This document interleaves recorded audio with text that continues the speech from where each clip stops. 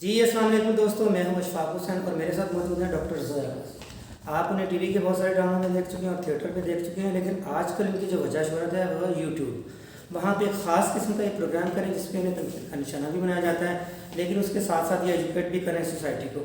तो आइए इनसे बात करते हैं कि इनकी क्या मसरूफियात हैं और जो वजह तनाज़ा है और जो इनकी वजह शोहरत है उसके हवाले से भी खुल के बात करते हैं। ये डॉक्टर साहब कैसी हैं आप? अस्सलाम वालेकुम। मैं ठीक हूँ इशफाक साहब, आप ठीक हैं? क्या मसरूफियात चल रही हैं आजकल आपकी? हम तो आजकल देख रहे हैं कि बहुत ज़्यादा शोहरत फैल चुकी है आपकी। आजकल मैं 2 टीवी सीरियल्स कर रही हूँ और उसके अलावा जॉब है। जॉब के अलावा आपको पता है मेरे यूट्यूब चैनल के बारे में, उसके लिए काम कर रही हूँ और जितना मुझसे मुआशरे में कंट्रीब्यूट हो सकता है वो कर रही हूँ। माशरे को क्या कंट्रीब्यूशन आप करें, क्या इस तरह का कंटेंट दे रही हो?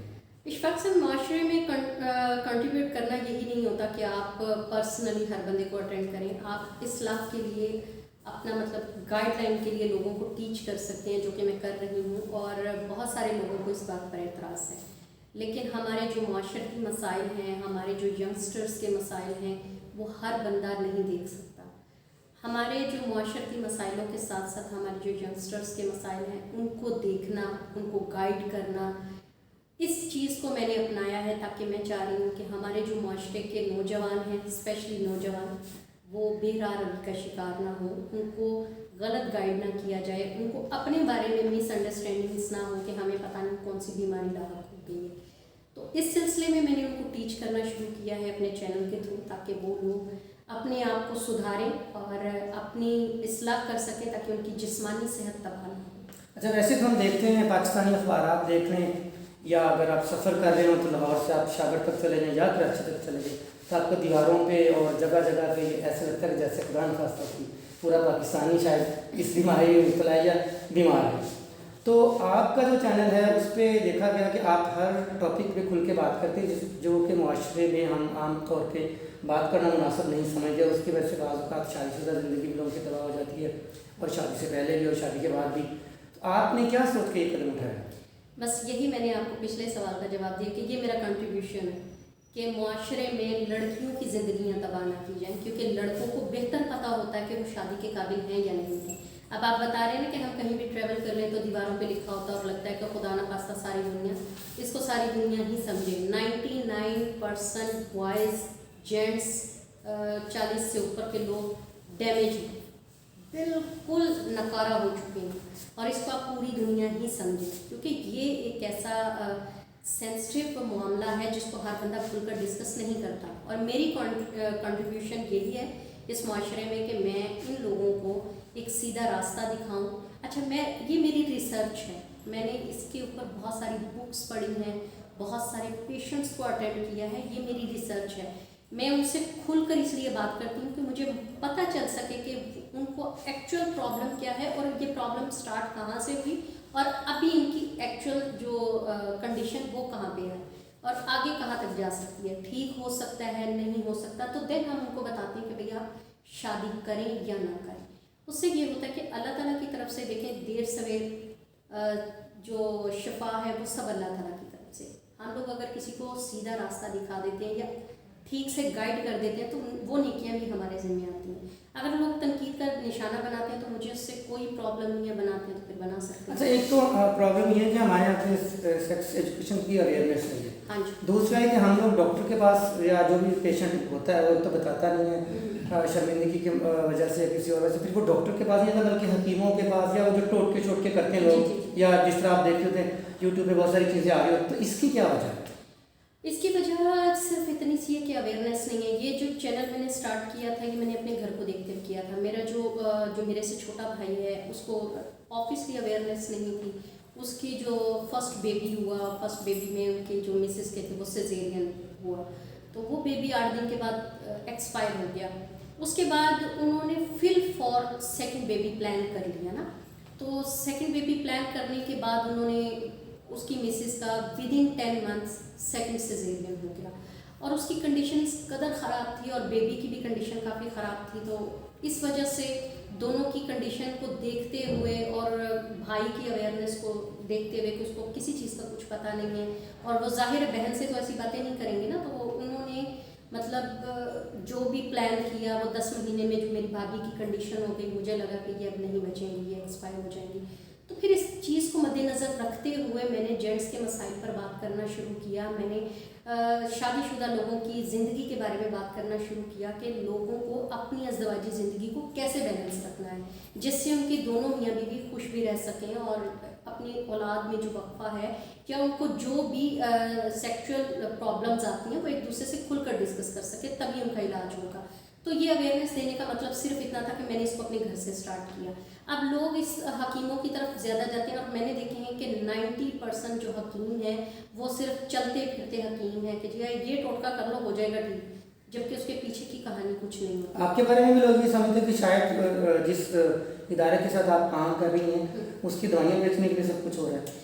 हाँ, बहुत सारे लोग मुझे इस बारे में बात करते हैं मेरे साथ, लेकिन मैंने इनके साथ मुझे काम करते हुए 15 साल हो गए हैं और 15 साल के बाद मैंने अब इनके चैनल के साथ काम करना शुरू किया है, क्योंकि मैंने इनको 15 साल देखा है। यानी कि ये कह सकते हैं कि अगर कोई शख्स इस प्रॉब्लम में है तो आप उसे दावे के साथ कह सकते हैं कि आप इनकी मेडिसिन यूज़ करें तो आपका प्रॉब्लम कुछ ना कुछ। हाँ, मेडिसिन यूज़ करने के साथ इशफाक साहब उसका सबसे बड़ा तरीकाकार है कि जिस तरह से बताई जाए वैसे खाई जाए, क्योंकि अगर आप इसको अंधाधुंध खाएंगे तब भी आपके kidneys, liver, each and everything वो डिस्टर्ब हो जाएंगे, डैमेज हो जाएंगे। अगर आप इसको कम क्वांटिटी में लेंगे तो फिर वो आपको आपका मतलूबा रिजल्ट। तो डॉक्टर या जो भी एक्सपर्ट होगा उसकी राय लेना ज़रूरी है। बिल्कुल नहीं, डॉक्टर के एक्सपर्ट नहीं, जो ये मेडिसिन करते हैं जैसे हकीम सैफुल्लाह सिखो साहब हैं, इनको अरसा दराज से मैं जानती हूँ, मतलब मैं पर्सनली इनको 14-15 साल से जानती हूँ क्योंकि मैं इनके साथ काम कर रही हूँ।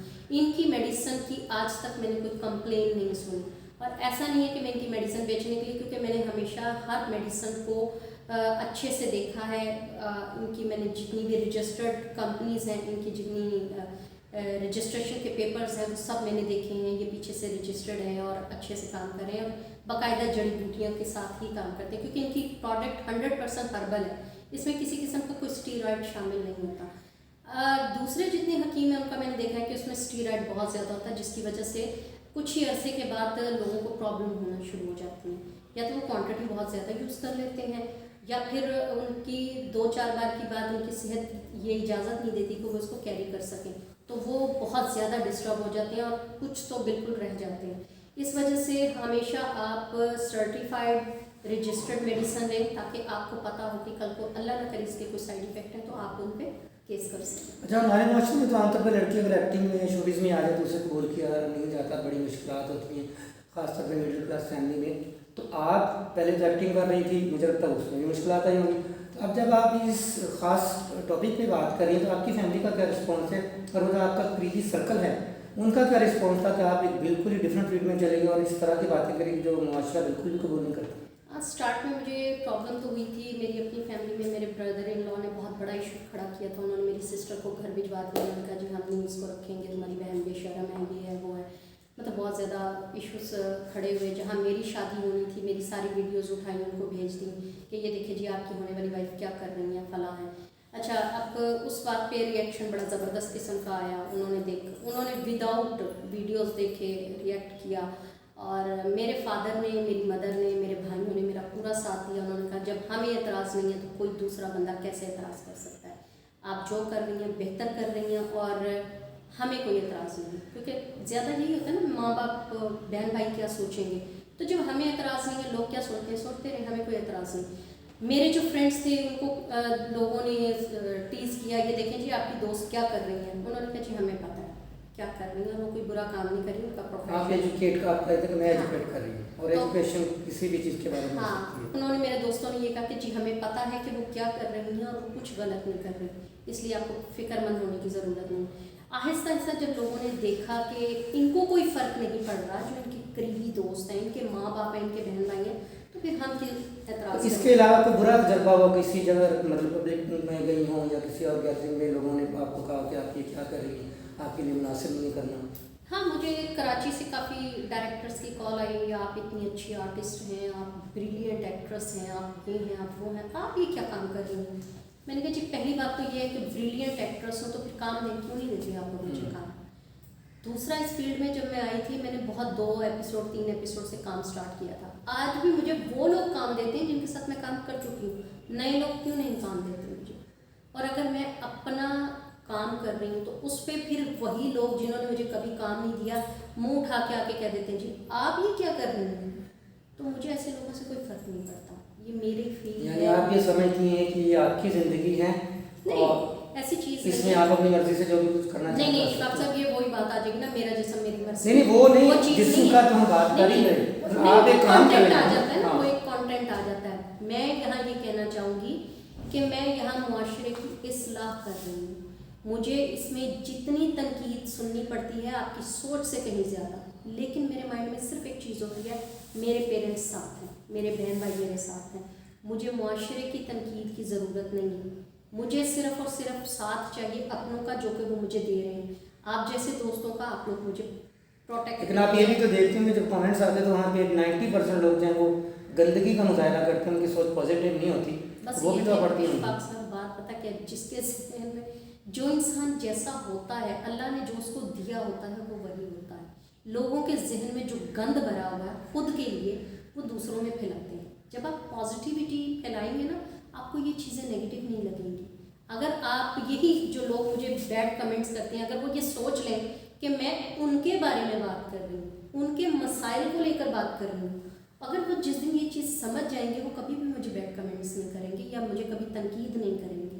बहुत सारे लोग हैं वो कहते हैं अच्छा अड्डी आई तो वड्डी सानू सही करन वाली, फिर भी कराओ, डॉक्टरों को फीसें दो, डॉक्टरों को जाके भरो, पता चले। और आप कोई वैसे भी मशवरा दे देती किसी को कि बच्चा हाँ, क्या मैं बीमार है दे देती कि भाई अगर आप लग रहा है कि कुछ ऐसा कुछ वो होना चाहिए। अच्छा ये बताइए, ज़्यादातर लोगों का ये कहना है कि बिल्कुल आखिरी मैं वो आपसे बात कर रहा हूँ कि मोबाइल और इंटरनेट जो है माशरे में ख़राबी की सबसे बड़ी वजह है, तो हमारी नौजवान नस्ल लड़के हों या लड़कियाँ, उनको क्या मशवरा देना चाहेंगे जो इस बीमारी में मुब्तला हैं, ज़हनी बीमारी और जिस्मानी बीमारी दोनों में, आप चूँकि एक्सपर्ट भी हैं।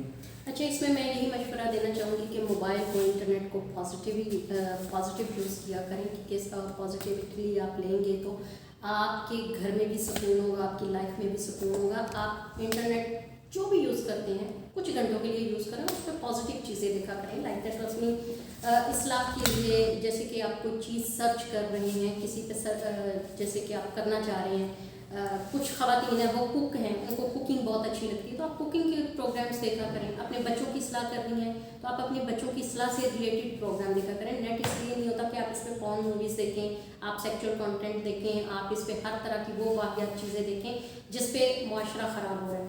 ये आपके अपने हाथ में है, आपको इसको नेगेटिव लेना है या पॉजिटिव लेना है। तो जो लोग जो आप लोगों की ज़ुबान में कहते हैं पोशीदा अमराज का शिकार हो जाते हैं, वो क्या करेंगे? वो जो पोशीदा अमराज वाले हैं वो रब्ता करें, अपना मसला अच्छे किसी डॉक्टर से, कोई अच्छा यूरोलॉजिस्ट से चेक करवा लें। आप अपना प्रॉब्लम किसी ऐसे बंदे से चेक करवाएं जिस पे आपको ट्रस्ट है या आपको लगता है कि ये बंदा मेरा ट्रीटमेंट कर सकता है। आप खुल के अपनी हर बीमारी उसको बताएं ताकि वो आपको आपकी बीमारी से रिलेटेड अच्छी सी मेडिसिन प्रिस्क्राइब कर सकें। और इसके लिए सबसे बेहतर होता है डॉक्टर, आप डॉक्टर को चेक करवाएं। तो आप भी तो डॉक्टर हैं, डॉक्टर ज़ाया आपका बहुत बहुत शुक्रिया, आपने बहुत ही अच्छी बातें बताई। उम्मीद है जिससे लोगों को यकीनी तौर पर फ़ायदा होगा। तो दोस्तों इंशाल्लाह बहुत जल्द एक और मशहूर शख्सियत के साथ, किसी सेलिब्रिटी के साथ आपके सामने मौजूद होंगे। उस वक्त तक के लिए हमें इजाज़त दीजिए। अल्लाह हाफिज़। अल्लाह।